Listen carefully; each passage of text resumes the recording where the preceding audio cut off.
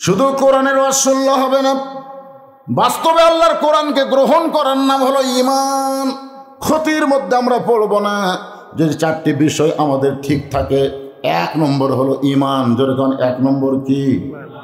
ঈমানটা সম্পর্কে যখন রাসূল বললেন ইকরার বিল লিসান, খুব খেয়াল করবেন, তাসদিকু বিল জানান, সঙ্গে সঙ্গে আল্লাহ তাআলা কোরআনের আয়াত নাজিল করলেন, ইন্নাল্লাযীনা ক্বালু রাব্বুনাল্লাহু সুম্মা ইসতাকামু তাতানাজ্জালু আলাইহিমুল মালাইকা আল্লা তাখাফু ওয়া লা তাহজানু وأبشروا بالجنة التي كنتم توعدون।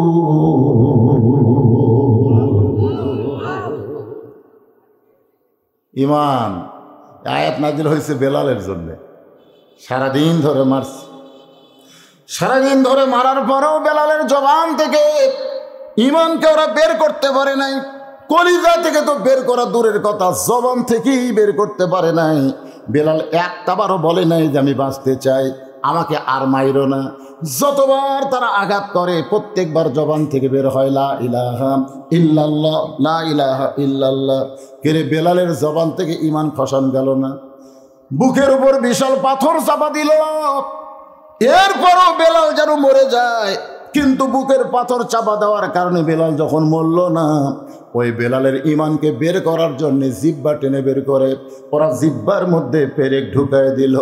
বেলাল অসুস্থ অবস্থায় জিহ্বার আগা নড়ায় বলতেছে আল্লাহ আল্লাহ, এরা যতই কষ্ট দেখ মরে যাব, কিন্তু এক মুহূর্তের জন্য তোমার ঈমান হারা হব না। আল্লাহ বললেন সুম্মা ইসতাকাম, শুধু আল্লাহকে রব বলে স্বীকার করে নাই, এর প্রতি অটল থেকে যে বেলাল, ওই বেলালের কাছে বলে দাও রে ফেরেশতা, তার কোনো ভয় নাই, তার কোনো চিন্তা নাই। দুনিয়া থেকে বিদায় নেওয়ার সঙ্গে সঙ্গে আমি আল্লাহ আমার ইমানদার বেলালের জন্য, ইমানদারদের জন্য 8টা জান্নাতের দরজা খুলে দিব। হযরত আলী রাদিয়াল্লাহু থেকে বর্ণিত, আল্লাহ রাসূলের নাম উচ্চারণ করলো অথবা শুনলো, কিন্তু নবীর প্রতি দরুদ শরীফ পড়ল না। ওই ব্যক্তি হলো সবচাইতে বড় কৃপণ। যখনই কলেমা শেষ করলাম, শেষে কি বললাম? মুহাম্মাদুর, সঙ্গে সঙ্গে বলতে হবে সাল্লাল্লাহু আলাইহি ওয়াসাল্লাম। চান্দাইকোনা সদর গোরস্থান হাফিজি কওমি মাদ্রাসা কমিটি কর্তৃক আয়োজিত আজকের এই সান্ধ্যকালীন মাহফিলে আল্লাহ তাআলা যিনাকে সম্মানিত সভাপতির আসনে কবুল করেছেন, আলহাজ আনোয়ারুল ইসলাম, আজকের এই মাহফিলের সম্মানিত সভাপতিকে অন্তরের অন্তঃস্থল থেকে আমি শুভেচ্ছা জ্ঞাপন করছি। আজকের এই মাহফিলের সম্মানিত প্রধান অতিথি আলহাজ মোহাম্মদ আব্দুল হান্নান খান, যিনি আপনাদের ইউনিয়ন পরিষদের সম্মানিত চেয়ারম্যান, সম্মানিত প্রধান অতিথিকে অন্তরের অন্তঃস্থল থেকে আমি শুভেচ্ছা জ্ঞাপন করছি। সম্মানিত আমন্ত্রিত অতিথিবৃন্দ, সম্মানিত ওলামায়ে কেরাম, মাদ্রাসা হচ্ছে আলেম তৈরির ফ্যাক্টরি, বলেন সুবহানাল্লাহ। আজকে এই মাদ্রাসা থেকে 3 জন হাফেজে কোরআনকে পাগড়ি প্রদান করা হবে। এখানে অনেক আলেম ওলামা এসেছেন, কেউ আপনাদের মাঝে মাঝে বসেছেন, মঞ্চপ্রবিষ্ট আছেন, মাদ্রাসার ঘরের ভিতরে আছেন, এবং মাগরিবের নামাজের পরে অল্প সময় হলেও হাফেজ মাওলানা নাজমুল হুদা অত্যন্ত গুরুত্বপূর্ণ আলোচনা করলেন। আলেম সহ আজকের মাহফিলের বক্তাকে অন্তরের অন্তঃস্থল থেকে আমি শুভেচ্ছা জ্ঞাপন করছি। বিশ্বাস করেন বা না করেন, আলেমেরা হলো এ জাতির শ্রেষ্ঠ সন্তান। বিশ্বাস হয় না? মানে বাংলাদেশের পরিবেশে সবচাইতে নির্যাতিত, সবচাইতে অবহেলিত হচ্ছে আলেম ওলামা, ঠিক কিনা বলেন? আমার অনেক ইমাম সাহেব বলেছে, হুজুর সব কিছুর দাম বাংলাদেশে বাড়ছে, কিন্তু ইমামদের বেতন বাড়েনি। তো এই তদন্ত তো কোনো সরকার না, স্বয়ং আল্লাহ করেছেন। ইন্নামা ইয়াখশাল্লাহ মিন ইবাদিহিল ওলামা, আলেমদের বহু বছর হলো ওলামা। বান্দা সমূহের ভিতরে সবচাইতে আল্লাহকে বেশি ভয় করে এই সকল বান্দা কারা? আলেমেরা। জোরে বলেন কারা? আল্লাহ বলেছেন, ইন্না আকরামাকুম ইনদাল্লাহি আতকাকুম। ওই ব্যক্তি সবচাইতে বেশি সম্মানিত হয় যার কলিজার ভিতরে আল্লাহর বেশি ভয়। এই হিসাবে আলেম ওলামা হচ্ছেন গোটা পৃথিবীর বহু জাতের মানুষ বসবাস করে। মুসলমান জাতির ভিতরে আলেমরাই হলো শ্রেষ্ঠ সন্তান। বলেন সুবহানাল্লাহ। আল উলামা ওয়ারাসাতুল আম্বিয়া, আলেমরা হচ্ছে নবীদের ওয়ারিস।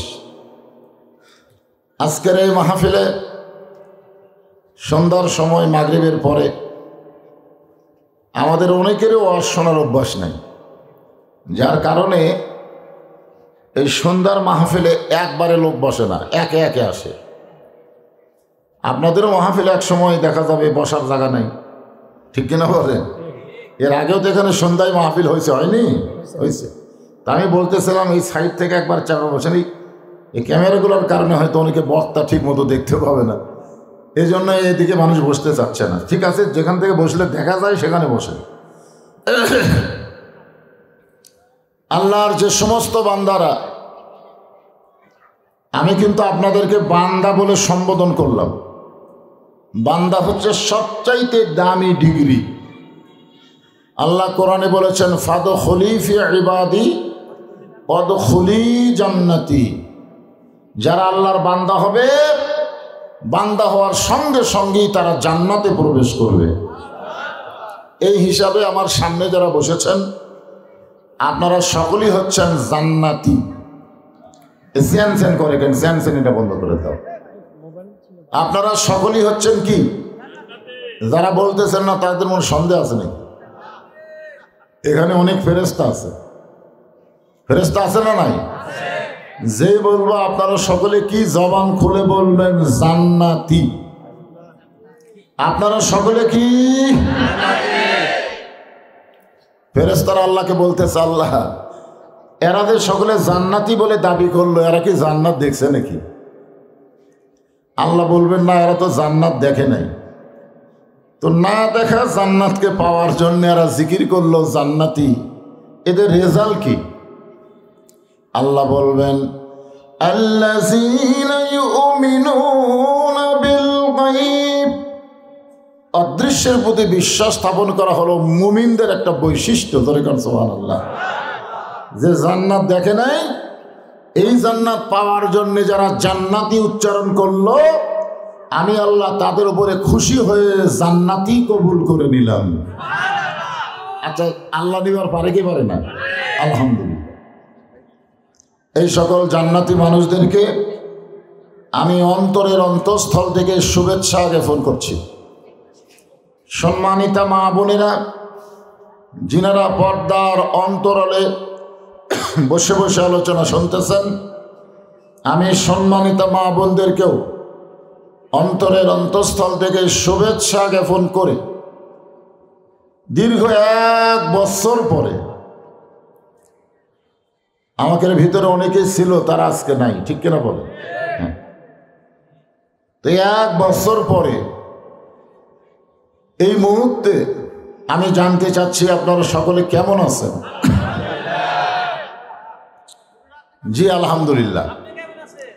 আলহামদুলিল্লাহ বলা ছাড়া তো আর কিছু বলা যাবে না। যাবে না? যদি বলা যেত তাহলে অন্য কিছু বলতাম, কারণ কিছু কিছু সময় মানুষকে নাউজুবিল্লাহ বলতে হয়। হয় কি হয় না? আমরা তো নাউজুবিল্লাহ করি না, কই আলহামদুলিল্লাহ। আসলে এর আগেও আমি আপনাদের বহুবার শোনাইছি, আজকেও শোনেন, ভালো থাকা কিন্তু একরকম না। আমি যেই বলছি আপনারা কেমন আছেন, আপনারা একরকম মনে করছেন। আসলে ভালো থাকা কি একরকম? ভালো থাকা হলো দুই রকম। একটা হলো শারীরিক ভালো থাকা, আর একটা হলো মানসিক ভালো থাকা। বর্তমানে বাংলাদেশে আমরা শারীরিকভাবে অনেকে ভালো আছি, এটা ঠিক, কিন্তু মানসিকভাবে আমরা অনেকেই ভালো নাই। ঠিক কিনা বলেন? মনের দিক থেকে আমরা ভালো আছি? ভালো নাই। আমরা সেই দিন মানসিকভাবে ভালো থাকবো যেদিন শুধু কোরআনের আলোচনা শুনবো না, এই কোরআন মোতাবেক আমরা চলতে পারবো। ঠিক কিনা?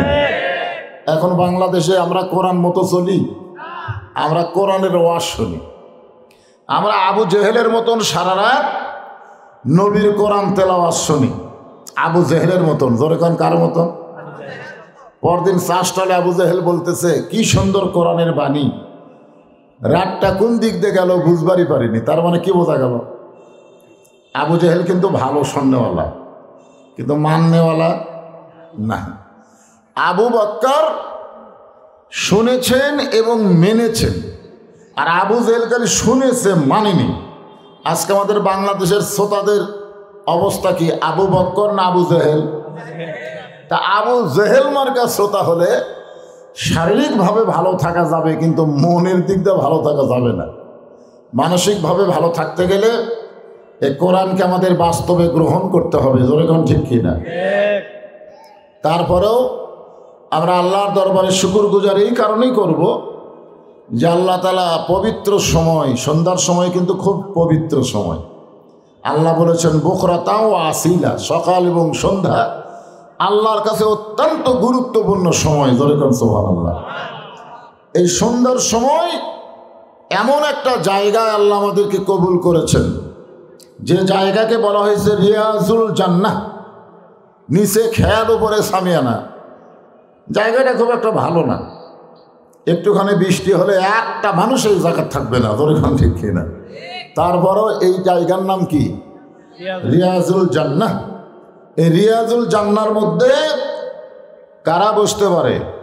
আল্লাহ কোরআনে বলেন, মা সাবাকা মিন হাসানাতিন ফামিনাল্লাহ, বান্দা বান্দির দ্বারা যখন কোনো ভালো কাজ হবে, ওই কাজ বান্দা বান্দি করে না, আমি আল্লাহ করাই।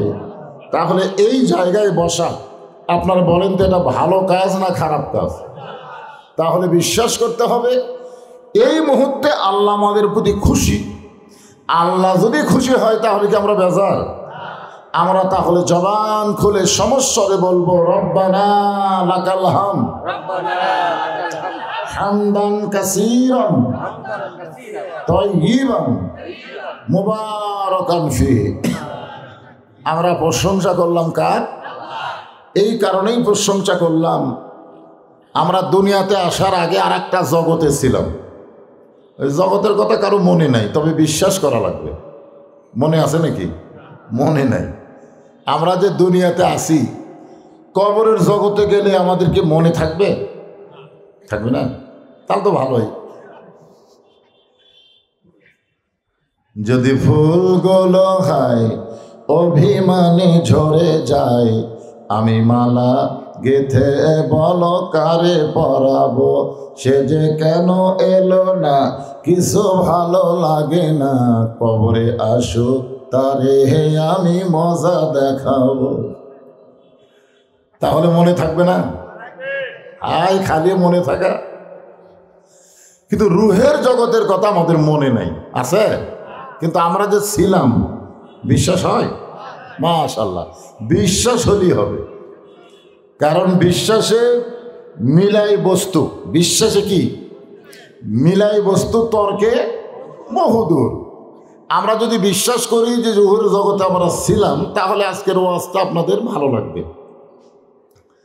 রুহের জগতে যখন ছিলাম তখন আল্লাহ আমাদেরকে একটা প্রশ্ন করেছিল।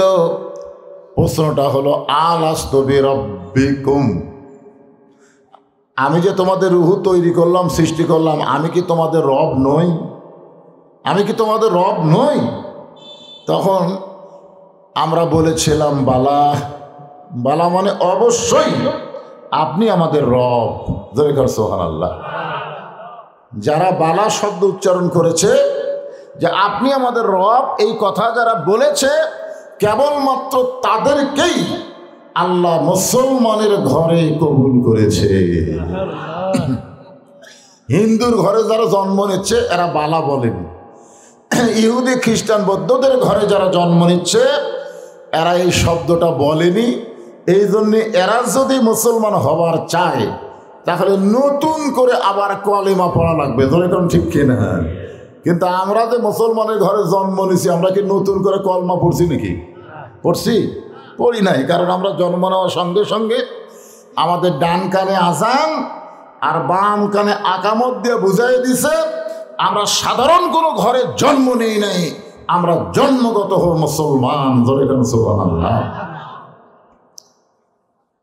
রুহের জগৎ থেকে আল্লাহ আমাদের পক্ষে আছে। পক্ষে আছে না নাই? যদি পক্ষে না থাকতো তাহলে মুসলমানের ঘরে আমাদের পাঠাতো না। আমাদের বিশ্বাস মুসলমানের ঘরে যে আল্লাহ আমাদেরকে কবুল করলেন সে আল্লাহ আমাদেরকে জান্নাতেও কবুল করবেন ইনশাআল্লাহ।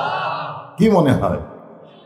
মুসলমানের ঘরে যে আল্লাহ আমাদেরকে কবুল করেছেন সেই আল্লাহকে সেটা আছে না ভিন্ন হয়ে গেছে?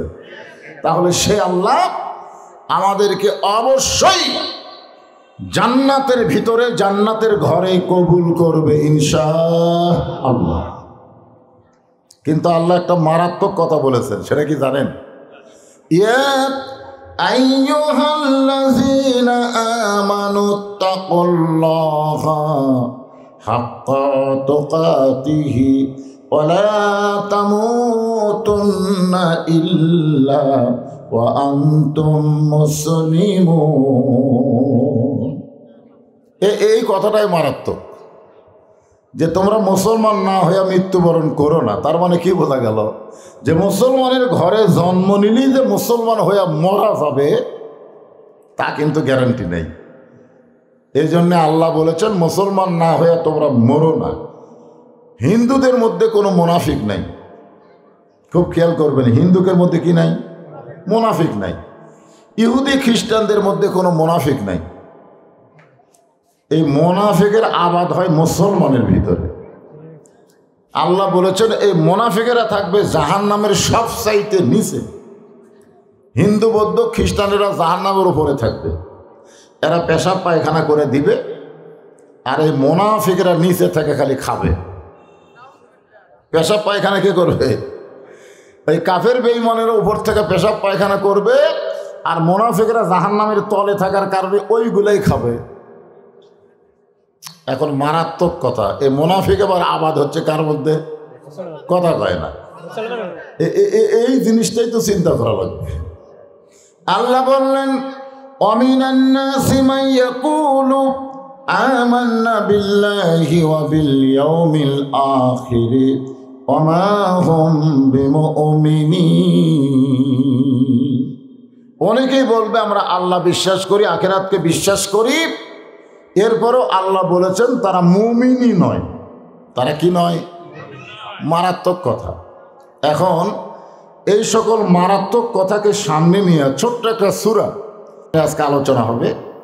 সূরাটার নাম হলো সূরা আসর। ধরে বলেন নাম কি? হ্যাঁ, আসর। আসর মানে সময়। আল্লাহ তাআলা সময়ের কসম করেছেন, কারণ সময় অত্যন্ত গুরুত্বপূর্ণ বিষয়। সময়ের দাম আছে না নাই? বর্তমানে আমাদের বাংলাদেশে যে সময় চলতেছে, আগামী 18 তারিখ থেকে মোটামুটি একটু ভালো বোঝা যাবে। কারণ 18 তারিখে ফাইনাল খেলা। ধরে কোন কি খেলা? আমাদের বাংলাদেশে খালি খেলাই চলতেছে। এমনও নেতা আছে ঠিক মতো খাড়া হবার পারে না, 2 চামচা মাথা ধরে থাকে, আর নেতা হাত দিয়ে ডাকে খেলা হবে খেলা হবে। ধরে কোন কথা ঠিক কি? মানে শরীরের শক্তি নাই, জমানত পাওয়ার আছে। আবার আমাদের বাংলাদেশের মুসলমানের ঘরে জন্ম নেওয়া ছেলেরা ইহুদি খ্রিস্টানদের পতাকা তাদের বাড়িতে উড়াইতেছে। আপনারা বলেন তো সময় ভালো না খারাপ? খুব খারাপ সময় চলতেছে। আমাদের ছেলেরা স্ক্রিন টাচ মোবাইল পেয়ে এমন পর্যায়ে পৌঁছে গেছে স্বয়ং জিবরাইল যদি, আমি না, স্বয়ং জিবরাইলও যদি ওয়াজ করে, জিবরাইলের ওয়াজ দেও বাংলাদেশের যুবকদেরকে ভালো করার সম্ভাবনা নাই। আমার ওয়াজ দেওয়া তো হবেই না, ফেরেশতা জিবরাইলের ওয়াজ দাও, এখনকার ছেলেরা ভালো হবে না, কারণ এরা এমন জায়গায় পৌঁছে গেছে যেখান থেকে টান দেয় ওদেরকে ভালো করা যাবে না। এই মোবাইলটা আমাদের যুবকদের চরিত্র ধ্বংস করতেছে, জোরে কোন ঠিক কিনা? সময় ভালো না খারাপ? মা আমাকে বলতেছে, হুজুর একটু পানি পড়া দেন, আমার ছেলে খুব কান্দে। পানি পড়া দিলাম, এক সপ্তাহ পরে বলে, হুজুর পানি পড়া দেওয়া হলো না, তেল পড়া দেন। তো আমি তেল পড়া দিলাম। এর এক সপ্তাহ পরে বলতে, হুজুর আপনার এই ফুঁফা দেওয়া কাম হবে না। আমার ছেলে কান্না বন্ধ করছে। আমি বলে, কেমনে করলো? বলে, যখনই কান্দে তখন ওর বাপ মোবাইল দেয়, ওই মোবাইলের গেম খেলা চালু করে দিলে ও আর কান্দে না। ছোট্ট বাচ্চার হাতে মোবাইল দিয়ে কান্না থামাচ্ছে। আপনারা বলেন তো সময় কি ভালো যাচ্ছে? খুবই খারাপ সময় বর্তমানে বাংলাদেশে চলতেছে। জিনিসপত্রের দাম বেশি, মানুষের কামাই কম, জোরে কম ঠিক কিনা ভাই?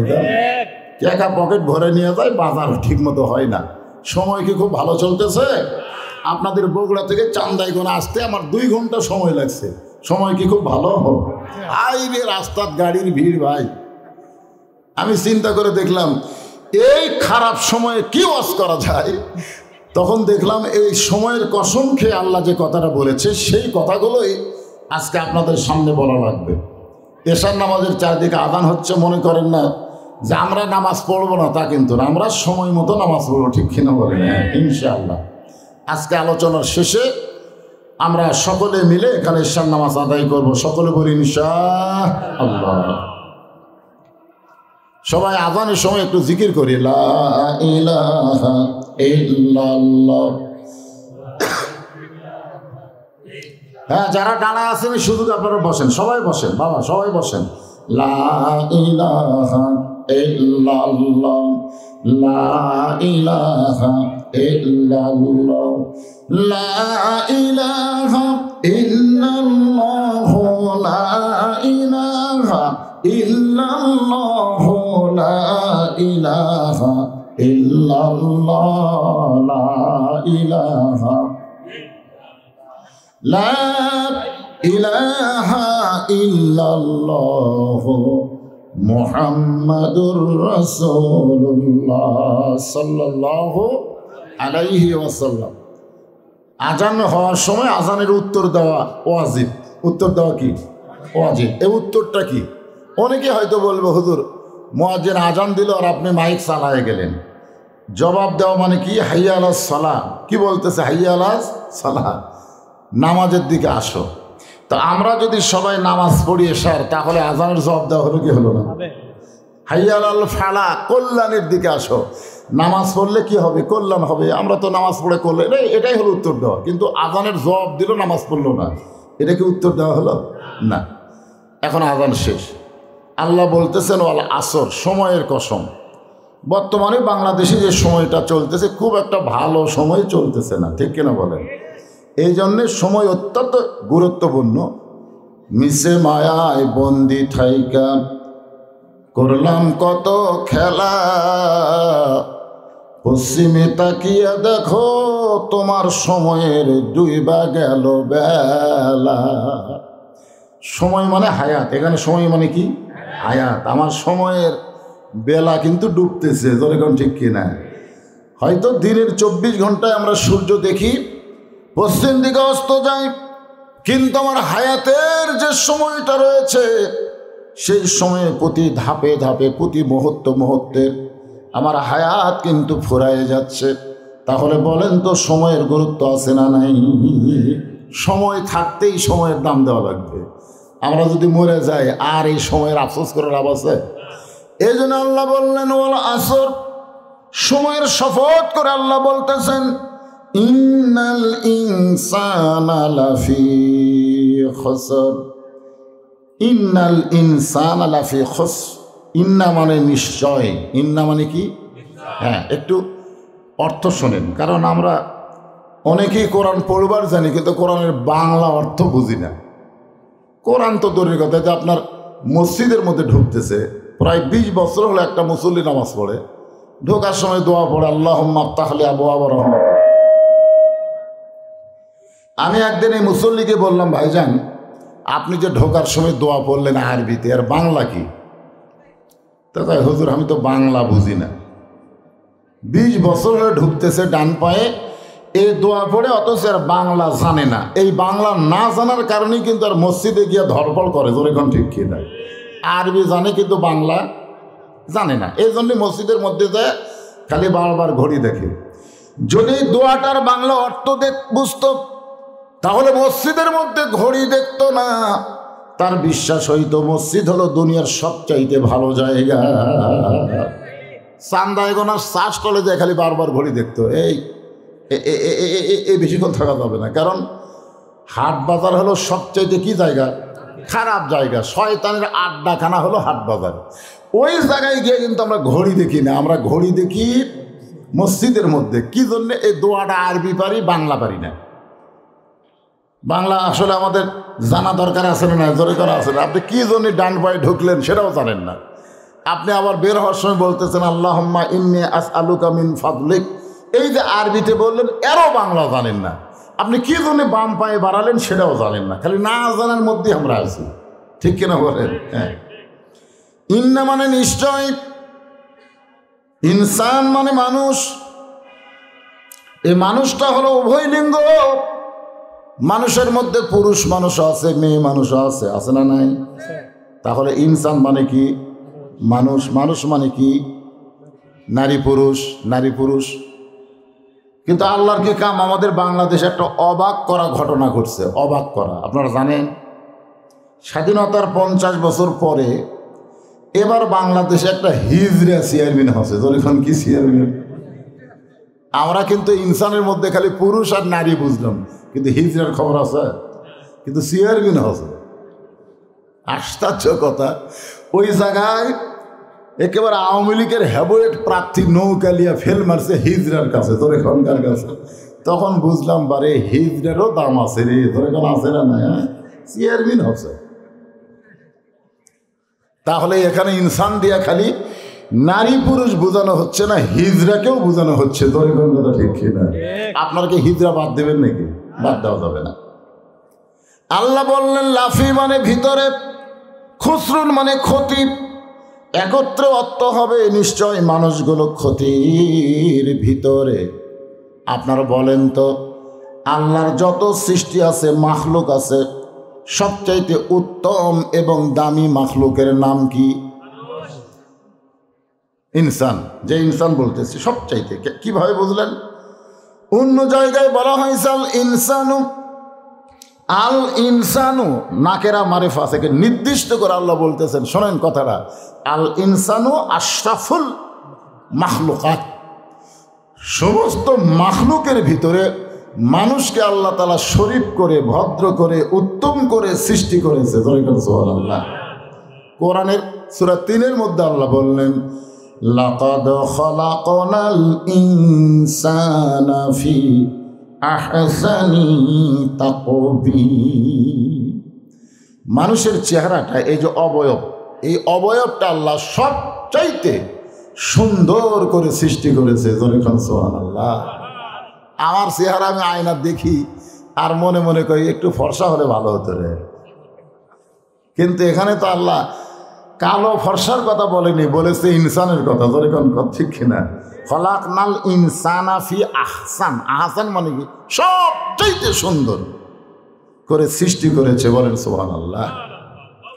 আল্লাহ তাআলা মানুষ সৃষ্টি করার পরে আমরা যাকে সবচাইতে দামি মাখলুক হিসাবে জানি, যাকে বলি আমরা মালাইকা, ফেরেশতা। অনেক সময় বলি না লোকটা ফেরেশতার মতো, বারে এই লোকটা ফেরেশতার মতো, তখন কিন্তু ওই লোকটা মনে মনে খুশি হয়, যাক রে আমার ফেরেশতার সাথে তুলনা করলো। আপনারা বলেন তো, ইনসানের দাম বেশি না ফেরেশতার দাম বেশি? অথচ একটা মানুষকে ফেরেশতার সাথে তুলনা করলে মানুষ মনে মনে খুশি হয়। কেউ যদি বলে ডিসিটা পিয়নের মতো, বারে ডিসিটা পিয়নের মতো, আপনার বলেন তো ডিসি খুশি হবে? ডিসি কবিকের হামাক তুলনা করলো কার সাথে রে? তো মানুষকে ফেরেশতার সাথে তুলনা করলে মানুষের খুশি হওয়া উচিত না। মাটির আদমকে আল্লাহ সৃষ্টি করিয়া ঘোষণা করিলেন আল্লাহ শ্রেষ্ঠ বলিয়া। আমি মানুষ সম্পর্কে আগে বলতেছি যে মানুষকে আল্লাহ ক্ষতির মধ্যে ফেলে দিল, সে মানুষ সম্পর্কে আমাদের জানার দরকার আছে না নাই? যারা পারেন হো হো করে গাবেন, না পারলে শুনবেন।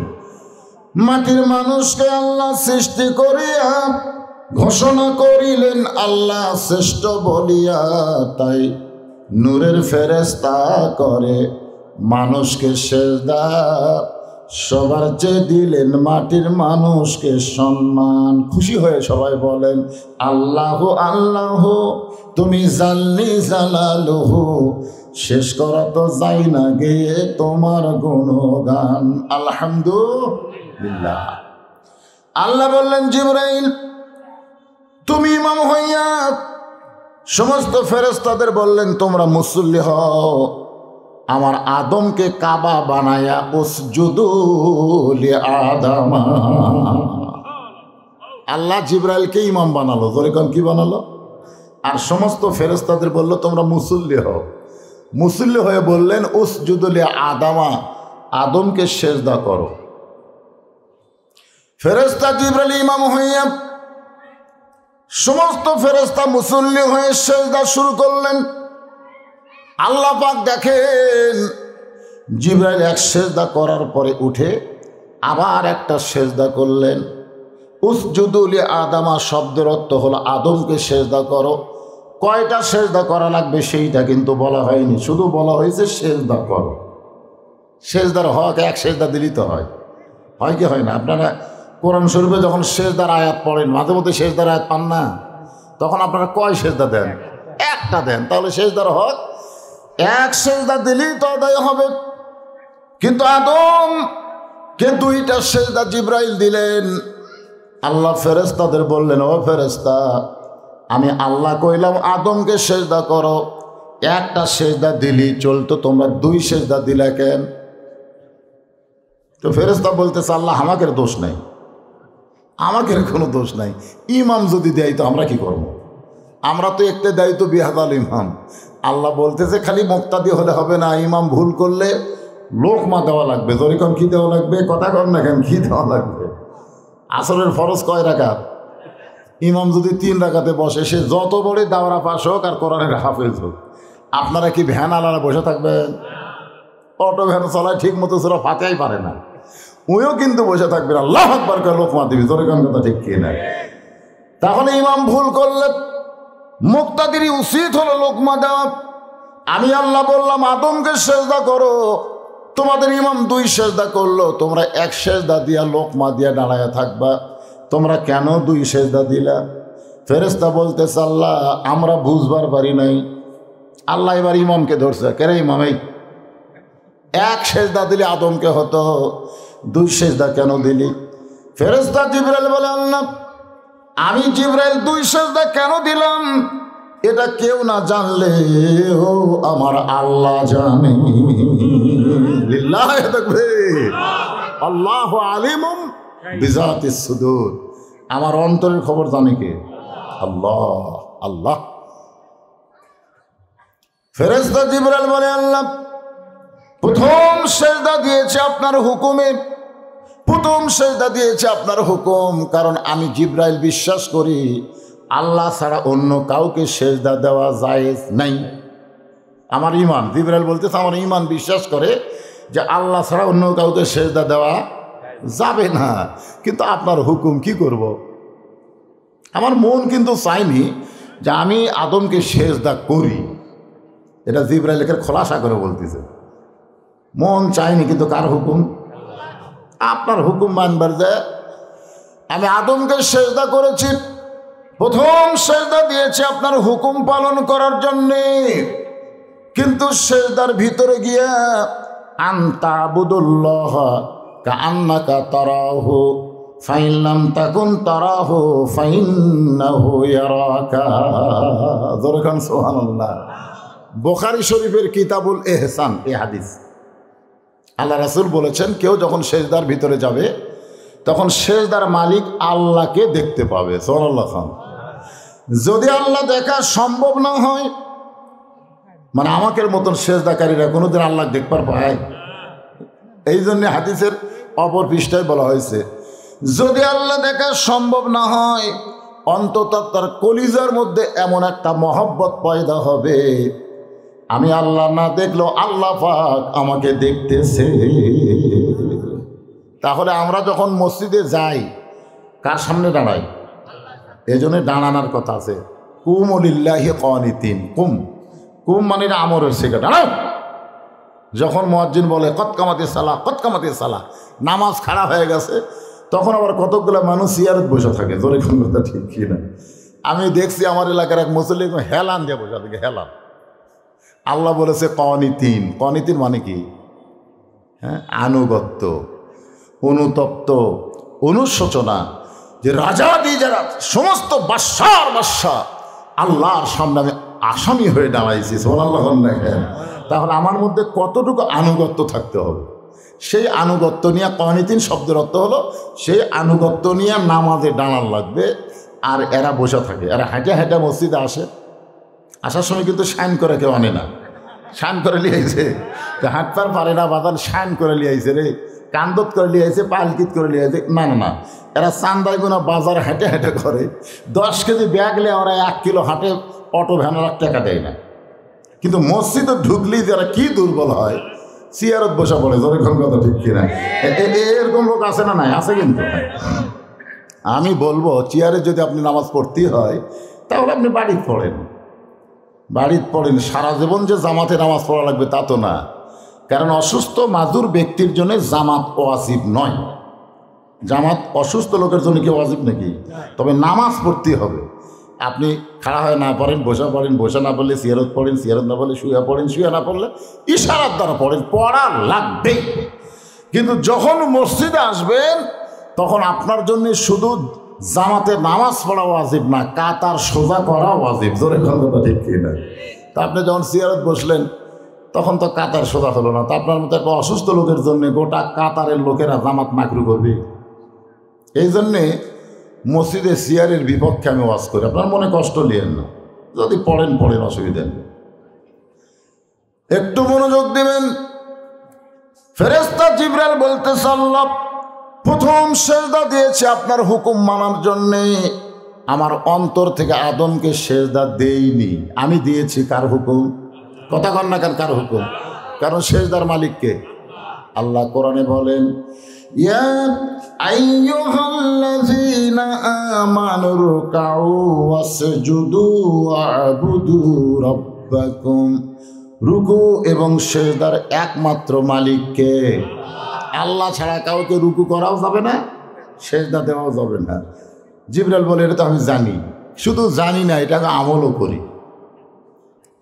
সেজদার ভিতরে গিয়ে দেখতে পাই, জিবরাইল বলতেছে সেজদার ভিতরে গিয়ে দেখতে পাই যেখানে আদমকে দেখে সেজদা দিয়েছি ওই জায়গায় আমার আল্লাহকে দেখা যায়।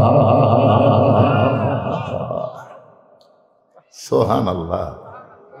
আর সে আদমকে নিয়ে আল্লাহ বলতেছেন, ইন্নাল ইনসানা লাফি খুসর। নিশ্চয় মানুষগুলো ক্ষতির ভিতরে। এত মহব্বত করে, এত সম্মান দিয়া আল্লাহ আদমকে সৃষ্টি করলেন, সে আদমের সন্তানেরা মানুষ হয়ে ক্ষতির মধ্যে পড়ুক, এটাকে আমার আল্লাহ চায় নাকি? চায় না রে ভাই। এজন্যে সময় খারাপ। এই কঠিন সময়ে সূরা আসর নিয়ে আপনাদের সামনে আলোচনা করতেছি। আল্লাহ ইবলিসকে ডাক দেয়, বলে শোন শোন শোন। ইবলিস কয়, কি হয়েছে আল্লাহ?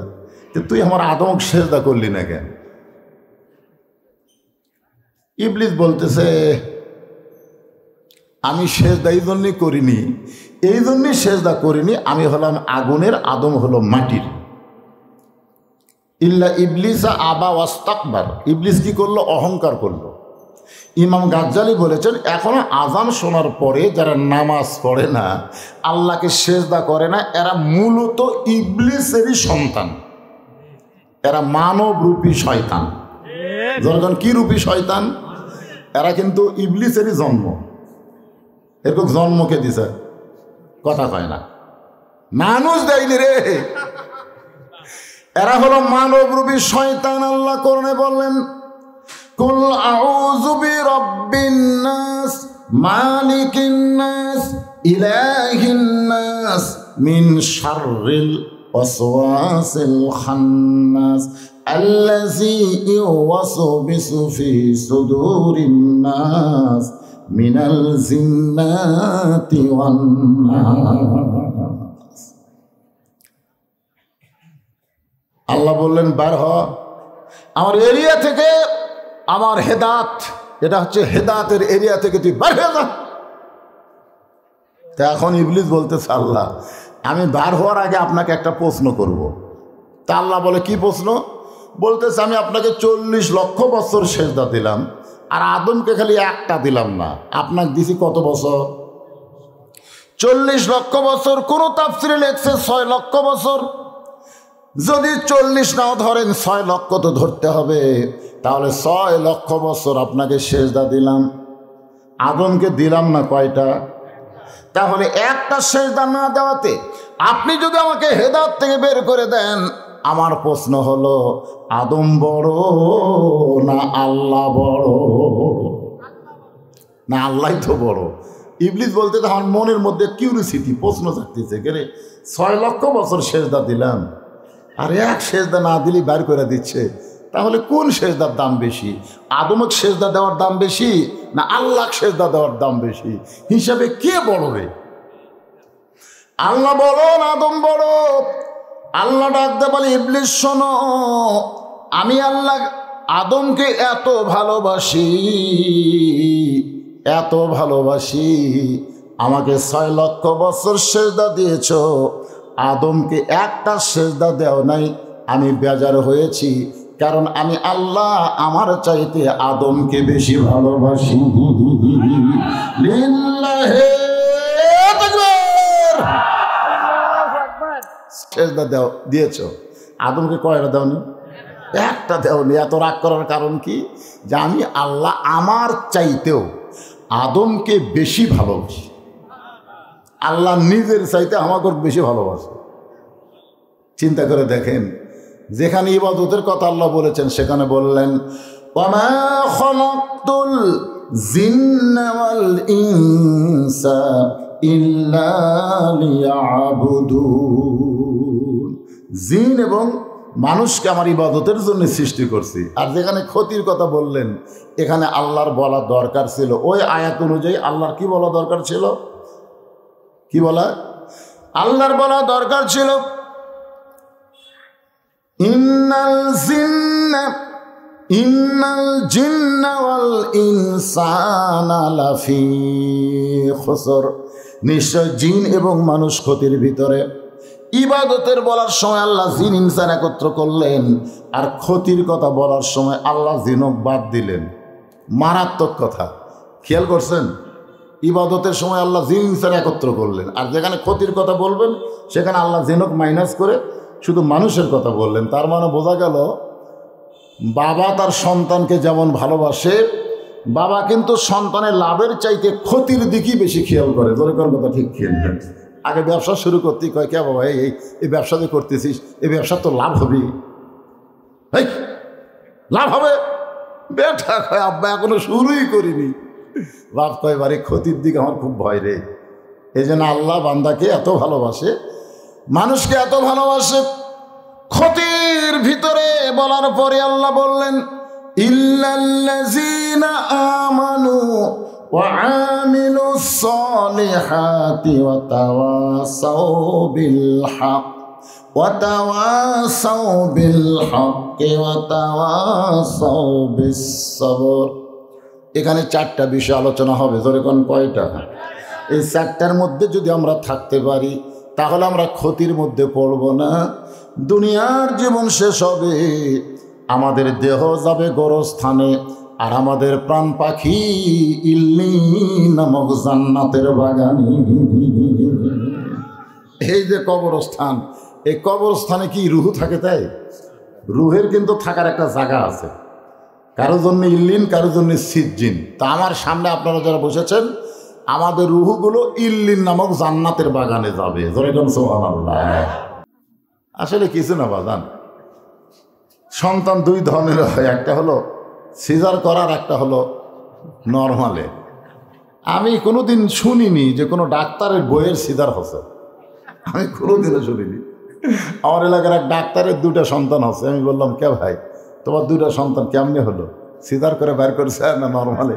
হুজুর যারা মূর্খ সূক্ষ্ম এরা সিজার করে, কিন্তু আমরা যারা ডাক্তার আমরা জানি সময় হলে সন্তান হবে, আগে পেট কেটে বের করার দরকার নেই। এই যে সময় হওয়ার 2-4 দিন আগে পেট কেটে দিলে বের করছে, ওরা ওই রকম, কেন সময়ের আগে এরকম বের করছে। হাসতেছেন? আপনারা কোনোদিন শুনেছেন যে মৌলানার বাড়িতে মিলাদ হয়? কোনোদিন শুনছেন?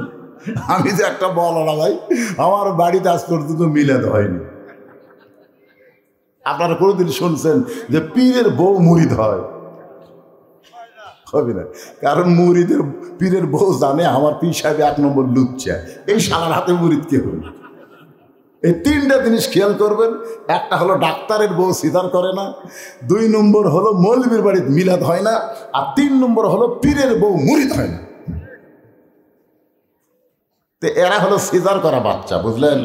এরা কোরআনের মাহফিলে যদিও বসে দেখায় লোক মারতেছে, দেখেন কি করতেছে, এটা সিজার করা। কোথায় দেখেন কি সামনে কাতারে বসে কি টিপ, ও আর শুনতেছে তাও মোবাইল টিপতেছে। সময় বড় খারাপ, ধরে কোন ঠিক কিনা? আসলে কঠিন সময়ের ওয়াজ। তাহলে এখানে 4টা বিষয় আলোচনা হবে, ধরে বলেন কয়টা? 1 নম্বর হলো ঈমান। ঈমান যদি না থাকে আপনি যত ভালো কাজ করেন আপনার ওই ভালো কাজ আল্লাহর দরবারে কবুল হবে না। 3 জন মানুষ সবসময় ভালো ছিল, তার মধ্যে একটা হলো নবীর চাচা আবু তালেব। আবু তালেব কিন্তু অত্যন্ত ভালো মানুষ। শিশুকালে মইরা গেছে মা, গর্ভে থাকতে মরছে পিতা, নবী চোখে দেখলেন না। কে করিবে লালন পালন, কে দিবে সান্ত্বনা, এই দুনিয়ার বড় এতিম নবী ছিলেন একজনা। আল্লাহ রাসূল বলেছেন, আমার চাচা আবু তালেব আমাকে এমনভাবে লালন পালন করেছে, মায়ের পেটে থাকতে আমার বাবা মরে গেছে, আমি জীবনে বাবার মুখ দেখি নাই। তবে তোমরা শোনরে সাহাবীরা, বাবার কোনো অভাব আমি বুঝতে পারি নাই। আমার চাচা যেন বাবার চাইতে বেশি আদর সোহাগ দিয়েছে। যেই চাচা নবীকে বাবার অভাব বুঝতে দিল না, সেই চাচা আবু তালেব কিন্তু জান্নাতে যাওয়ার পারবে না, তাকে জাহান্নামের আগুনে পড়তে হবে। একটাই মাত্র কারণ, তার সমস্ত কাজ ভালো ছিল কিন্তু ঈমান ছিল না। কি ছিল না? ঈমান ছিল না। এই জন্য আল্লাহ দেখতেছে এই 4টা বিষয়ের মধ্যে ঈমানটা হলো খুবই গুরুত্বপূর্ণ বিষয়। আমাদের বর্তমানে বাংলাদেশে অধিকাংশ মুসলমান ঈমান হারা হয়ে যাচ্ছে। যখন কি হারা? ঈমান হারা। বিশেষ করে আমার বউয়ের কথাই বলতেছি। আমি যখনই ওয়াজ করতে বের হই, আমার বউ আমার ঈমানকে ড্যামেজ করার জন্য, ঈমান যা মজবুত হয়েছিল সেই ঈমানটা দুর্বল করার জন্য বলে, ওয়াজ তো করবার যাচ্ছেন, দেখে শোনা ওয়াজ করবেন, দেখে শোনা ওয়াজ করবেন। মানে চারিদিকে দেখবার করছে, উপর দিকে দেখা লাগবে, এ কথা বলতেছে না। আপনারা বলেন তো, চারিদিকের দেখা আসল না উপর দেখা আসল?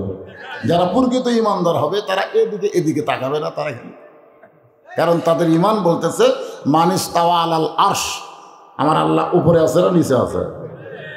তাহলে কার দেখা আসল? জোরে বলেন কার? কিন্তু বর্তমান বাংলাদেশে আমরা চারিদিকে খেয়াল করি, উপর দিকে আমাদের খেয়াল থাকে না। বর্তমান সময়ে আমরা পুলিশ ধরা, র্যাব ধরার চিন্তা করি, কিন্তু আজরাইল ধরার চিন্তা করি না। জোরে কোন কথা ঠিক কি না? বলেন তো, সময় ভালো না খারাপ? যে সময় মুসলমান পুলিশ ধরার চিন্তা করবে, র্যাব ধরার চিন্তা করবে, আজরাইল ধরার চিন্তা করবে না, ওই মুসলমান হয়ে মরতে পারবে না। যদি চিন্তা করে র্যাব ধরুক পুলিশ ধরুক আমার কোনো আপত্তি নাই, কিন্তু আজরাইল ধরার আগে আমি মুসলমান হইয়া মরবার চাই। আমাকে যাই ধরে ধরুক, আমার কোনো আপত্তি নাই। জীবন দিয়ে হলেও আমি হকের পক্ষে থাকব, ইমানের জন্য জীবন দেব, কিন্তু দুনিয়ার জন্য আমার ইমান নষ্ট করব না। ধরে কোন কথা ঠিক কি না? হ্যাঁ, দরকার হলে আমি সব কিছু ত্যাগ করব, কিন্তু আমার আল্লাহ রাসূল ত্যাগ করব। জবান খুলে কর না, হ্যাঁ, এটার নাম হলো ইমান। কেউ যদি বলে পাকা ইমানদার, আমার দয়াল বাবার দরবারেতে কেউ ফিরে না খালি হাতে, আপনার বলেন তো এটা ইমান না সেরে? এজরকান ইমান না সেরে? কেউ যদি বলে আল্লাহর ধন নবীরে দিয়ে আল্লাহ সে গায়েব হইয়া নবীর ধন খাজা নিয়ে শুয়ে আছে আজমিরে, কেউ ফেরে না খালি হাতে খাজা রে তোর দরবারেতে, আপনার বলেন তো এটা ইমান না সেরেক? এইরকম সেরেক মিশ্রিত মানুষ আমাদের বাংলাদেশে মুসলমান আছে না নাই? দরকার আছে না নাই? চাকরি না হলে চলবো কেমনি? এত লেখাপড়া করলাম, চাকরি না হলে চলবো কেমনি? আবাদ না হলে খাবো কি? আবাদ না হলে কি খাবো ভাই? ব্যবসার যে অবস্থা, আর বাঁচবো না রে, ব্যবসা শেষ। আপনারা সত্যি করে বলেন তো, বাঁচানোর মালিককে, চলানোর মালিককে, খাওয়ানোর মালিককে? কিন্তু মাঝখানে আমি এই যে তিনটাতে ঢুকেলাম, এটা ইমান আছে না গেছে? এই জন্য 1 নম্বর ইমানকে খেয়াল করতে হবে। আগুনের চুলার মধ্যে যাবে, তারপরও ইমান হারা হবে না। দরকার হলে ফাঁসির মঞ্চে যাবে, কিন্তু বেঈমান হবে না। উকিল দয় বলতেছে আপনার বাঁচার একটা বুদ্ধি আছে। বলে কি বুদ্ধি? বলে ফাঁসি থেকে যদি বাঁচতে চান তাহলে রাষ্ট্রপতির কাছে দরখাস্ত লেখেন। কার কাছে? খুব খেয়াল করে শুনবেন। তো ফাঁসির আসামি মুচকি মুচকি হাসতেছে। উকিল বলে হাসেন কেন? বলে হাসার কারণ হলো আমি আমার জীবনে 3টা রাষ্ট্রপতি ক্ষমতা থাকা অবস্থায় মরা দেখছি। তুমি যে রাষ্ট্রপতির কাছে আমার বাঁচার দরখাস্ত লিখবার বলতেছে, আমি এরকম 3টা রাষ্ট্রপতি প্রেসিডেন্ট থাকা অবস্থায় মরা দেখছি। একটা হলো বঙ্গবন্ধু শেখ মুজিবুর রহমান, একটা হলো জিয়াউর রহমান, আর একটা হলো জিল্লুর রহমান।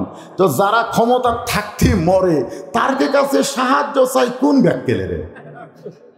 দরকার হলে ফাঁসির মঞ্চে যাব, কিন্তু বাতিলের কাছে বাঁচার দরখাস্ত লিখব না। এরই নাম হলো ইমান। ইমান কি মনে করতেছে? খালি যুদ্ধের সময় লা ইলাহা ইল্লাল্লাহ, লা ইলাহা ইল্লাল্লাহ, লা ইলাহা ইল্লাল্লাহ। আমার এলাকার সব হিন্দুই কর্মা পড়ছে, কারণ আরবি করে দেখলি আরবি বলার আগে ওরা বলতো লা ইলাহা ইল্লাল্লাহ, লা ইলাহা ইল্লাল্লাহ, লা ইলাহা। তা আরবিরা দেখতেছে কলেমার জিকির বিলকুল মুসলিম হয়, ঠিক হয়, ঠিক হয়। যেই দেশ স্বাধীন হয়ে গেছে এক হিন্দু আর কলমাত নাই, ওরকে আগেকার ভগবানও ফিরে আইছে। ফেরেশতা কয় আল্লাহ 9 মাস যে জিকির করলো তোমার মুসলমানেরও সে জিকির করে নাই। আল্লাহ বলতেছে আমার নবী এই জন্যই বলেছে ইকরার বিল লিসান তাসদিক বিল জানান আমল বিল আরকান। শুধু কলেমা পড়লে ইমান হবে না, কলেমা কলিজার মধ্যে সেট করা লাগবে, কলেমা অনুযায়ী চলাফেরা করতে হবে। এরই নাম হলো ইমান। আপনি কোরআনের ওয়াজ শুনবেন আর বামপন্থী দল করবেন, কোরআনের ওয়াজ শুনবেন আর শয়তানের আইন মানবেন, আর যাই হোক আপনি পুরা ইমানদার হতে পারেন নাই। যে কোরআনের ওয়াজ শুনবেন এই কোরআন অনুযায়ী আমল করা লাগবে। আমল বিরাট, কেন আমলের মাধ্যমে আমি যে কোরআন শুনতেছি কোরআন আমি মানি এইটা দেখার লাগবে। বর্তমান সময়ে আমরা কোরআনের ওয়াজ শুনতেছি কিন্তু কোরআন মোতাবেক চলতে পারতেছি না, যার কারণে আমাদের বাংলাদেশে এই সময়ে প্রাইমারির দাম বেশি না হাফেজি মাদ্রাসার দাম বেশি? প্রাইমারির ঘর করার জন্যে কোনো দিন টেনশন করা লাগছে? প্রাইমারি একটা বিল্ডিং করা লাগবে, এবারে সিমেন্ট দাও, এবার টাকা দেও রে, এই পাগলা আমাকেও টেনশন করা লাগবে কে রে? সরকার 3 তালা করে দিবি, জোরে কোন কথা ঠিক কিনা? হায় হায়, আকডম বাগডম ঘোরাডম সাজে ঢাক ঢোলক ঝাঁদর বাজে, এই মিথ্যা শিক্ষা যেখানে দিচ্ছে সেই স্কুল আজকে বিল্ডিং এর পর বিল্ডিং হয়ে যাচ্ছে। স্কুলের হেডমাস্টার মাস গেলে 50,000 টাকা বেতন পায়। আর আমাকে এই মাদ্রাসা হায় হায় রে জালিকাল কিতাবুল আরবি হুদাল্লিল মুত্তাকিন, কোরআনে সত্য শিক্ষা দেয়। তার একটা ঘর করা লাগবে, একটা টাকা নেই। মাদ্রাসার মহতামিম বলল 3 মাস হলো হুজুরের বেতন বাকি, 3 মাস। 1 নম্বর হলো ইমান। ইমানের উপর ওয়াজ করলে সারা রাত ওয়াজ করে শেষ করা যাবে না। এখন 2 নম্বর বিষয়টা হলো আমিলুস সালিহাত, নেক আমল করতে হবে। আপনারা বলেন তো ইমানের পরে যত আমল আল্লাহ আমাদের জন্য দিল তার মধ্যে 1 নম্বর নেক আমলের নাম কি? নম্বর আছে, অনেকগুলো আছে, তার মধ্যে 1 নম্বর কি? ইমানের পরে 1 নম্বর হলো নামাজ। বর্তমান প্রধানমন্ত্রী সহ অনেক নেতারা বলতেছে আগামী বছর 23 সাল নাকি দুর্ভিক্ষ হবে। যেরকম কি হবে? তা আমাকে অনেকে বলে হুজুর তো 23 সাল দুর্ভিক্ষ হবে, আপনার কি মত? আমি কইলাম এ কথা কে কইল রে? এ কথা তো কোনো হুজুর কবে না, কারণ হুজুররা জানে ওমা মিন দাব্বাতিন ফিল আরদি ইল্লা আলাল্লাহি রিজকুহা, রেজেক কোনো মানুষের হাতে না, রেজেকের দায়িত্ব কার? আরো জোরে বলেন কার? আমাদের ইমান কি বলে? দুর্ভিক্ষ বলে। বর্তমান প্রধানমন্ত্রী খুব টেনশনে আছে। আমি বললাম তাহলে প্রধানমন্ত্রীকে বলো, আল্লাহ কোরআনে বলেছেন আল্লাযীনা ইম্মাক্কান্নাহুম ফিল আরদ, মুসলমানের মধ্যে কাউকে যখন ক্ষমতার চেয়ার দেওয়া হবে তার 1 নম্বর দায়িত্ব হলো পদ্মা সেতু নির্মাণ করা। 1 নম্বর দায়িত্ব পদ্মা সেতু। 1 নম্বর দায়িত্ব হলো এই বগুড়া থেকে ঢাকা পর্যন্ত 4 লাইন রাস্তা করা। 1 নম্বর দায়িত্ব হলো বাল্য বিয়ে বন্ধ করা। 1 নম্বর দায়িত্ব হলো মাদক মুক্ত সমাজ গঠন করা। এগুলো একটাও 1 নম্বর না। 1 নম্বর দায়িত্ব হলো আকামুস সালাত, নামাজ কায়েম করা। যদি নামাজ কায়েম হয় তাহলে কি হবে? আল্লাহ বললেন ফালিয়াবুদু রাব্ব হাযাল বাইত আল্লাযী আত'আমাহুম মিন জু'ইন ওয়া আমানাহুম মিন খাউফ। যদি এই ঘরের মালিকের নামাজ পড়তে পারো, এই ঘর মানে কাবা ঘর, এই ঘর মানে মসজিদ, ঘরের মালিককে, এই ঘরের মালিকের যদি গোলামি করো, নামাজ পড়ো, তোমাকে সঙ্গে সঙ্গে 2টা পুরস্কার দেওয়া হবে। 1 নম্বর পুরস্কার হলো তোমার রিজেকের কোনো পেরেশানি হবে না, তোমার দুর্ভিক্ষের কবলে কোনো দিন পড়তে হবে না। 2 নম্বর পুরস্কার হলো যাবতীয় ভয় ভীতি থেকে, পুলিশের ভয়, র্যাবের ভয়, ধরা পড়ার ভয়, করোনার ভয়, তারপরে ডেঙ্গুর ভয়, যত প্রকারের ভয় আছে, চোর ডাকাতের ভয়, সুদের ভয়, ঘুষের ভয়, যত ভয় আছে, কোনো ভয় তোমার মধ্যে আসবে না। সমস্ত ভয় থেকে এই ঘরের মালিকের নামাজ পড়লে আল্লাহ নিরাপত্তা দিয়া দিবে। তাহলে দুর্ভিক্ষ মুক্ত বাংলাদেশ যদি গড়বার চায় তাহলে কি করা লাগবে? নামাজের বিল পাস করতে হবে। আমাদের যুবকেরা যদি নামাজ পড়তো, আল্লাহ কোরআনে বললেন ইন্নাস সালাতা তানহা আনিল ফাহশাই ওয়াল মুনকার, একমাত্র নামাজে পারে মানুষকে যাবতীয় খারাপি থেকে বাঁচাই দিতে। বাংলার যুবকেরা যদি নামাজ পড়তো তাহলে আর্জেন্টিনার পতাকা কোনোদিন টাঙ্গাতো না, ওই ব্রাজিলের পতাকা কোনোদিন টাঙ্গাতো না, কারণ মুসলমান হইয়া খ্রিস্টানদের পতাকা টাঙ্গানো হলো ফাহিশা কাজ। জোরে গণ ঠিক কিনা? আপনারা বলেন তো, যারা আর্জেন্টিনার জার্সি পরে, ব্রাজিলের জার্সি পরে, এরা কি নামাজ পড়ে? আপনি খুঁজলে দেখবেন একটাও নামাজ পড়ে না। এই জন্যে ইমানের পরে 1 নম্বর নেক আমল হচ্ছে নামাজ। যেখানে 1 নম্বরের নেক আমল কি? এটা হলো পুরুষের জন্য। আমার মা বোনেরা যারা পর্দা আছেন, আপনাদের কিন্তু 1 নম্বর নেক আমল নামাজ না। আপনাদের 1 নম্বর নেক আমল কিন্তু নামাজ নয়। হয়তো আপনারা বলবেন হুজুর তাহলে মেয়েদের 1 নম্বর আমল কি? মেয়েদের 1 নম্বর নেক আমল হলো পর্দা। ধরে বলেন নাম কি? পর্দা। হ্যাঁ, আমার মায়ের আছে না নাই? মাশাআল্লাহ। তাহলে আপনাদের নামাজ হবে মেয়েদের পর্দার উপরে, কিছু ওয়াজ করা লাগবে। অনেকগুলো মেয়ে মানুষ মা ফাতেমার দরজার দাঁড়িয়ে আছে, ফাতেমার সঙ্গে দেখা করবে। কার সঙ্গে দেখা করবে? এই মায়েরা যারা পর্দার অন্তর আছেন একটু মনোযোগ দিয়ে শোনেন। আপনাকে নামাজ আগে না, আগে পর্দা। পর্দা যদি মেয়েদের না থাকে একটা ইবাদত কবুল হবে না। কোনো ইবাদত কবুল হবে না। এই জন্য আল্লাহ মেয়েদের সম্পর্কে বললেন অকরনা ফি বুয়ুতিকুন্না ওয়ালা তাবাররাজনা তাবাররুজাল জাহিলিয়াতিল উলা। কতগুলা মেয়ে মানুষ কি করবে? ফাতেমার সঙ্গে দেখা করবে, কিন্তু দরজা বন্ধ। কি বন্ধ? দরজা বন্ধ। এখন মেয়েরা দরজায় দাঁড়িয়ে চিন্তা করতেছে, খাতুনে জান্নাত ফাতেমা, নবীর কলেজার টুকরা ফাতেমার সঙ্গে দেখা করব, কিন্তু দরজা বন্ধ, আমরা কি করি? এমন সময় দেখে সামনে একটা ছোট্ট বাচ্চা দৌড়াদৌড়ি করতেছে। ছোট একটা বাচ্চা, খুব ফুটফুটা সুন্দর, দৌড়াদৌড়ি করতেছে। মেয়েদের মধ্যে একজন ডাকলো, বাবু তোমার নাম কি? বাবু তুমি যে দৌড়াদৌড়ি করতেছো দরজার সামনে, তোমার নাম কি? বলে আমার নাম হলো হোসাইন ইবনে আলী।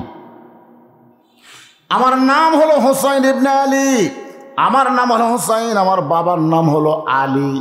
মেয়েরা বুঝবার পারছে, তাহলে এইটাই হলো ফাতেমার সন্তান। সুবহানাল্লাহ।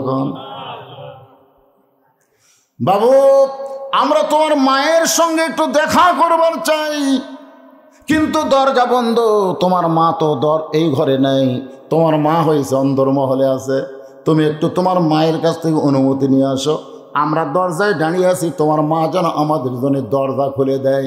সঙ্গে সঙ্গে হোসেন বলতেছে, আপনাদের আর কোনো টেনশন নেই। মানে ভালো মায়ের সন্তান হলে যা হয়, আমাদের ছেলেদেরকে বাচ্চাদেরকে বললে কি করবে? সময় নাই, টাইম নাই, ঠিক কিনা বলে? হোসেন বললেন ঠিক আছে, কোনো টেনশন নাই। এই বলে হোসেন খেলাধুলা বন্ধ করে মায়ের কাছে যাওয়ার জন্য রওনা দিলেন। মায়ের কাছে যাওয়ার আগে দেখতেছেন ঢোকার সময় ওই ঘরে তার বাবা আল্লাহর কোরআন তেলাওয়াত করতেছে। মানে মা তো আছে অন্দরমহলে, মা কোথায় আছে? অন্দরমহলে। এই ঢুকতেই দেখে যে ঘরে ঘরে হোসেনের বাবা কোরআন শরীফ তেলাওয়াত করতেছে। ইন্নামাল মুমিনুনা আল্লাযীনা ইযা যুকিরাল্লাহু ওয়াজিলাত কুলুবুহুম ওয়া ইযা তুলিয়াত আলাইহিম আয়াতুহু যাদাতুহুম ঈমানা ওয়া আলা রাব্বিহিম ইয়াতাওয়াক্কালুন। সকলে জবান খুলে বলেন আল্লাহু আকবার। আচ্ছা, কোরআন তেলাওয়াত করলে কি বাড়ে? কথা কয় না। সূরা আসরে যে 4টা বিষয় আছে তার মধ্যে 1 নম্বর বিষয় কি? যারা কোরআন পড়ে না, কোরআন তেলাওয়াত করে না, কোরআন ধরে না, এরা যত বাড়ি বলুক আমার ইমান ঠিক আছে, আসলে নেই। একমাত্র কোরআনই পারে মানুষের ইমানের জজবা বাড়াই দিতে। সুবহানাল্লাহ। এখানে আল্লাহ বলতেছেন ওয়াইযা তুলিয়াত আলাইহিম আয়াতুহু যাদাতুহুম ঈমানান। আমাদের বাংলাদেশে অধিকাংশ বেঈমান, মাদ্রাসার হুজুর, মাদ্রাসার তালবে ইলম না, স্কুল কলেজের কথা কয় না, কথা কয় না, বুঝতে পারছেন না? আরে শোনেন না, আমি নিজের চোখে দেখা জিনিস।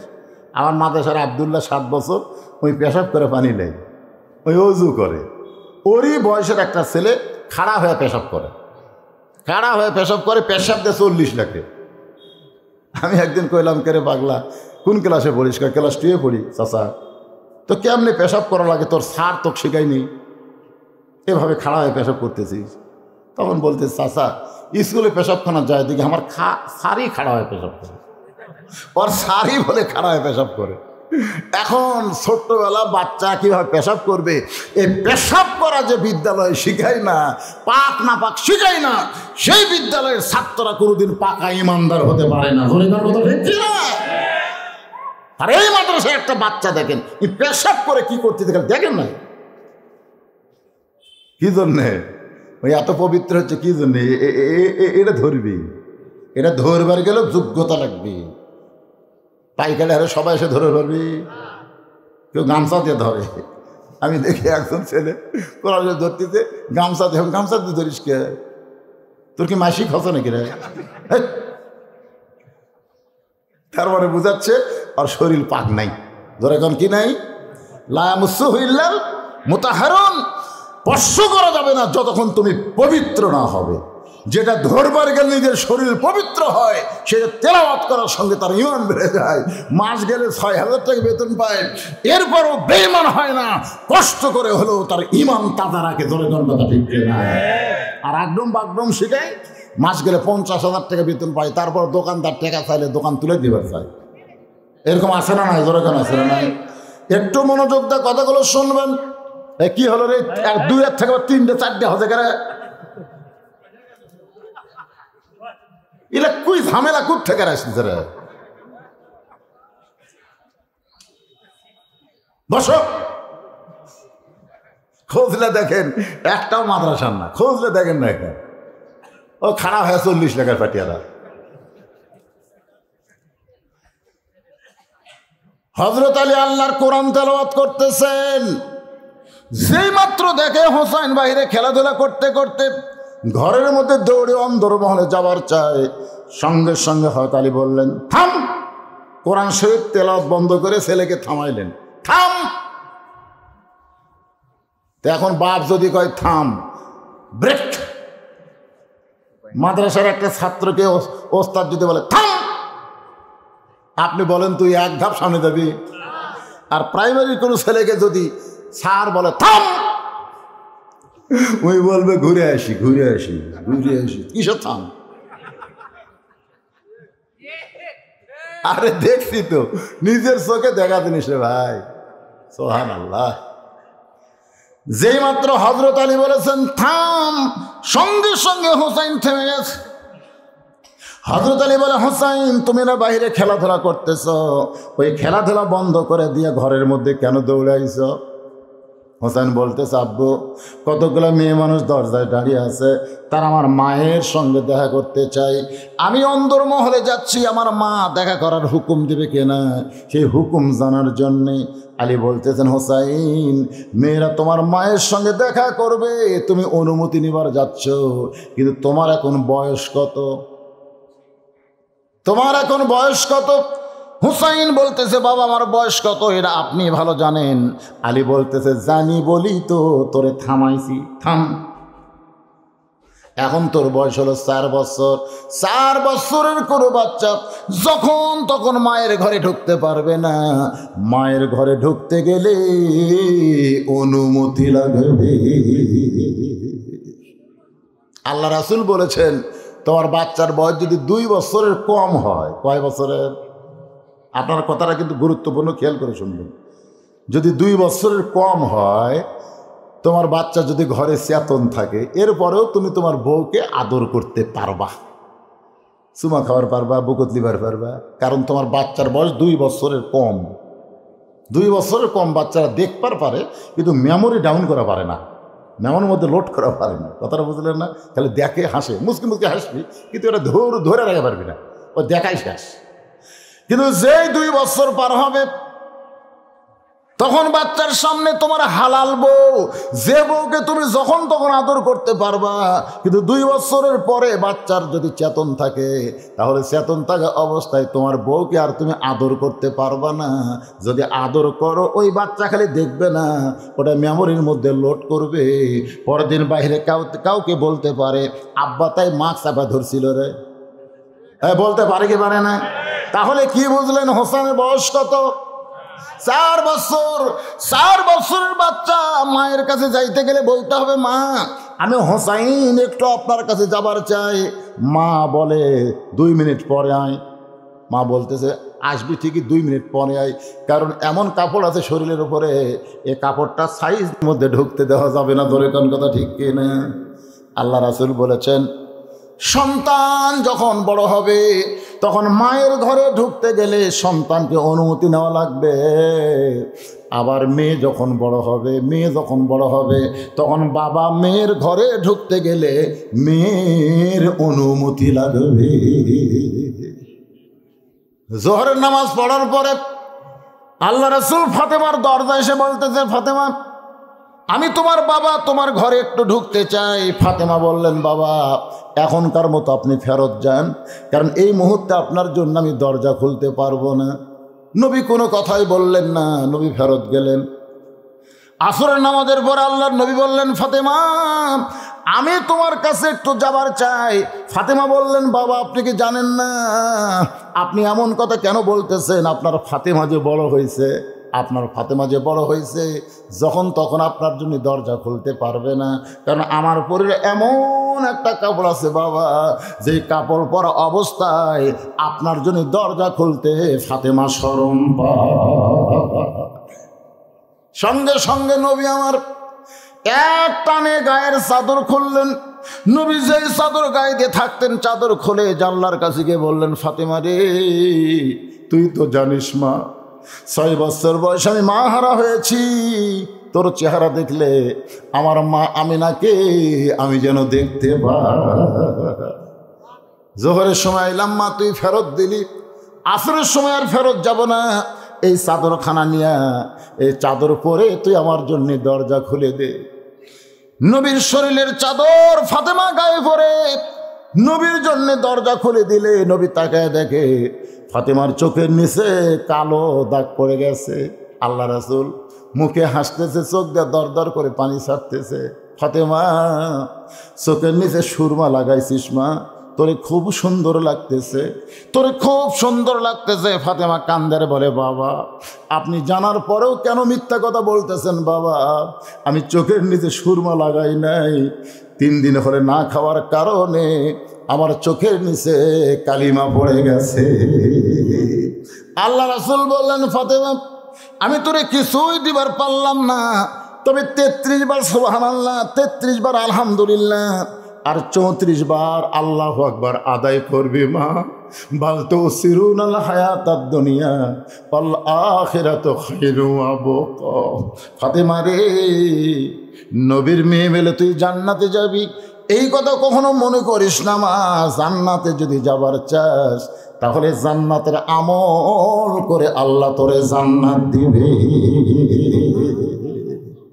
আল্লাহর বান্দার একটু মনোযোগ দিবেন। আলী বললেন, হুসাইন তোমার বয়স হলো 4 বছর, এই সময় তুমি যখন তখন মায়ের কাছে যাইতে পারবে না, বরং তুমি আল্লাহর কোরআন ধরো। যেই কোরআন হজরত আলী পড়তেছে, জোরে কনকে পড়তেছে, সেই কোরআনটা হজরত আলী হোসেনকে দিলেন, ধর। সঙ্গে সঙ্গে হোসেন বললেন, দেন। সুবহানাল্লাহ। আপনারা বলেন তো, সব বাচ্চারা কি কোরআন শরীফ নিবার সাহস পাবে? জোরে কোন পাবে? সব বাচ্চারা কোরআন হাতে নেওয়ার সাহস পাবে না। হযরত আবু বকর মসজিদ নববীর মধ্যে ঢুকতেছে, কিন্তু দেখে মসজিদের ভিতরে আল্লাহর নবী 2 উরাতের উপরে 2টা সন্তান নিয়ে খেলা করতেছে। জোরে খান সুবহানাল্লাহ। আবু বকর তাকায় দেখে হুসাইন নবীর দাড়ি ধরে টান মারতেছে, হাসান নবীর মাথার টুপি খুলে ফাইলা দেয়। আবু বকর আসমানের দিকে তাকায় বলে, মাবুদ এতদিন জানতাম আমার নবী বিশ্ব নবী, কিন্তু আজকে নিজের চোখে দেখলাম আমার নবী শুধু বিশ্ব নবী না, আমার নবী হলেন পৃথিবীর 1 নম্বর নামা। এমন সময় ওমর ফারুক আইছে। ওমর ফারুক এসে ভিতর দিকে তাকায় বলে, আবু বকর ভাই আপনি কেন দেরি করতেছেন? দরজায় মসজিদের ভিতরে কি ঢুকবেন না?